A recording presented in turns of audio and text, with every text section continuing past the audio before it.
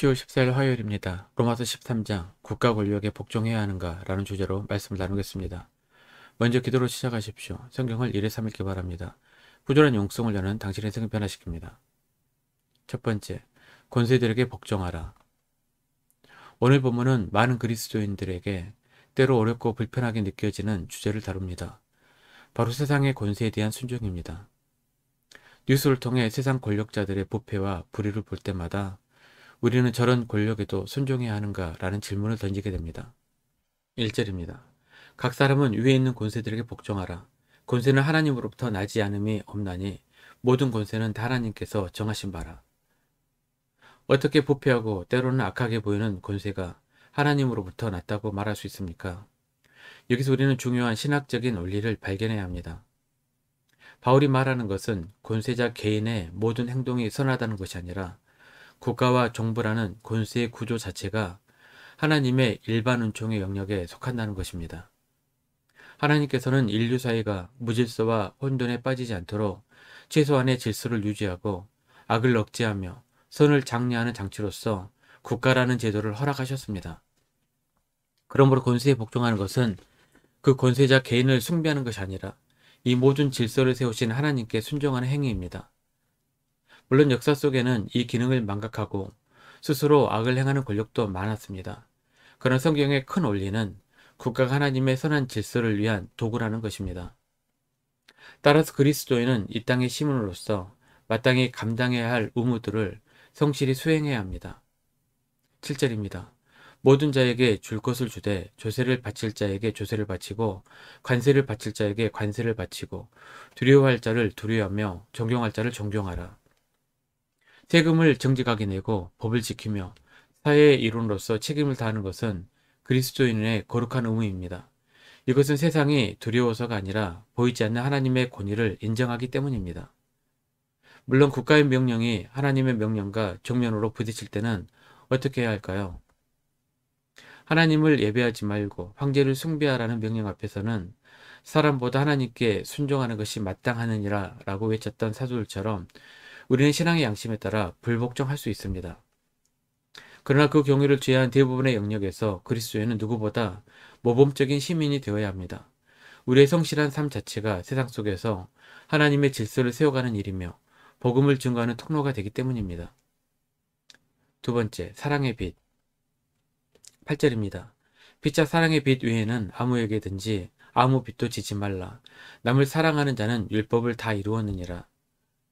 세금과 같은 세상의 빛은 갚으면 사라지지만 우리가 서로에게 진 사랑의 빛은 영원히 갚아도 계속 남아있는 유일한 빛입니다. 왜냐하면 우리는 먼저 하나님께로부터 도저히 갚을 수 없는 사랑의 빛을 진 자들이기 때문입니다. 그 십자가의 은혜를 생각할 때 우리는 모든 사람에게 사랑의 빚진 자라는 마음으로 살아갈 수밖에 없습니다. 그리고 바울은 이 사랑이 율법의 완성이라고 선포합니다. 십계명을 요약하면 하나님 사랑, 이웃 사랑입니다. 한 단어로 사랑입니다. 이것은 매우 중요한 통찰입니다. 바리새인들은 율법을 수많은 조항으로 나누고 그것을 지키는 행위 자체에 집중했습니다. 그러나 예수님과 바울은 그 모든 율법의 뿌리에 사랑이라는 정신이 흐르고 있음을 가르쳐 주었습니다. 10절입니다. 사랑은 이웃에게 악을 행하지 아니하나니 그러므로 사랑은 율법의 완성이니라. 완성이라는 단어는 어떤 그릇을 가득 채운다는 의미를 담고 있습니다. 율법이라는 뼈대에 사랑이라는 생명의 피가 흐를 때 비로소 그 율법은 살아있는 하나님의 법이 됩니다. 우리가 진정으로 이웃을 사랑한다면 우리는 자연스럽게 율법이 금하는 악한 일들을 멀리하게 될 것입니다. 이것이 그리스도인이 추구해야 할 더 높은 차원의 윤리입니다. 세 번째, 그리스도로 옷 입으라. 11절입니다. 또한 너희가 이 시기를 알거니와 자다가 깰 때가 벌써 되었으니 이는 이제 우리의 구원이 처음 믿을 때보다 가까웠습니다. 바울은 우리가 영적인 잠에 빠져 있을 때가 아니라고 강력하게 외칩니다. 왜냐하면 주님이 다시 오실 날 우리의 구원이 완성될 그 날이 우리가 처음 믿었던 그 날보다 훨씬 더 가까이 다가왔기 때문입니다. 여기서 말하는 시기는 단순히 흘러가는 시간이 아닙니다. 하나님의 구원 계획 속에서 특별한 의미를 가지는 결정적인 시간을 말합니다. 우리는 역사의 마지막 시대를 살아가고 있습니다. 12절입니다. 밤이 깊고 낮이 가까웠으니 그러므로 우리가 어둠의 일을 벗고 빛의 갑옷을 입자. 이 세상의 어둠은 곧 끝나고 영원한 빛의 나라가 임박했다는 것입니다. 이러한 종말론적인 시간인식을 가진 성도는 어떻게 살아야 할까요? 바울은 두 가지를 명령합니다. 첫째는 어둠의 일을 벗는 것입니다. 13절입니다. 낮에와 같이 단정히 행하고 방탕하거나 술 취하지 말며 음란하거나 호색하지 말며 다투거나 시기하지 말고. 방탕, 술 취함, 음란, 호색, 다툼, 시기와 같은 것들은 밤의 어둠 속에서 은밀하게 이루어지는 죄악들입니다. 곧 동이 틀 것을 아는 사람은 더 이상 어둠 속에서 죄를 즐기지 않습니다. 둘째는 빛의 갑옷을 입는 것입니다. 이것은 어둠의 세력에 맞서 싸우기 위한 영적인 무장입니다. 빛의 다녀답게 거룩하고 단정한 삶으로 자신을 지키는 것입니다. 그리고 그 빛의 갑옷의 실체가 무엇인지 명확히 밝힙니다. 14절입니다. 오직 주 예수 그리스도로 옷 입고 정욕을 위하여 육신의 일을 도모하지 말라.